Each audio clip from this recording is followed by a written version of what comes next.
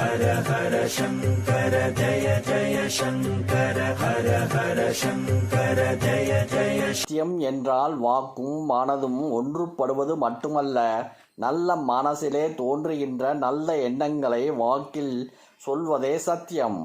நல்ல விளைவுகளை உண்டாக்குவதே சத்தியம். இறைவனை நினைத்து செய்யும் எந்த காரியத்துக்கும் பயனுண்டு.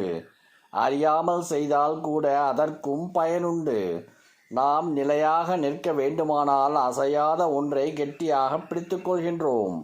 அதே போல மனம் தியானத்தில் நிலைத்து நிற்க வேண்டுமானால் அசையாத மரக்கட்டை போன்ற பரம்பொருளை நினைத்து கெட்டியாக பிடித்து கொள்ள வேண்டும். ஒவ்வொரு மனிதனிலும் ஈஸ்வரன் தான் குடியிருக்கிறார். ஒருவரை நமஸ்கரிக்கும் போது அந்த ஈஸ்வரனை வழிபடுவதாகத்தான் அர்த்தம். பாவ சிந்தனைகளை போக்கிக் கொள்ள புண்ணியமான நினைவுகளை வளர்த்து கொள்ள வேண்டும். தர்மங்களை செய்தால் பலன் எதிர்பார்க்காமல் செய்ய வேண்டும். பலன் கொடுக்கக்கூடியது ஈஸ்வரன் வேலையாகும். ஹர ஹர சங்கர ஜய ஜய சங்கர ஹர ஹர சங்கர ஜய ஜய.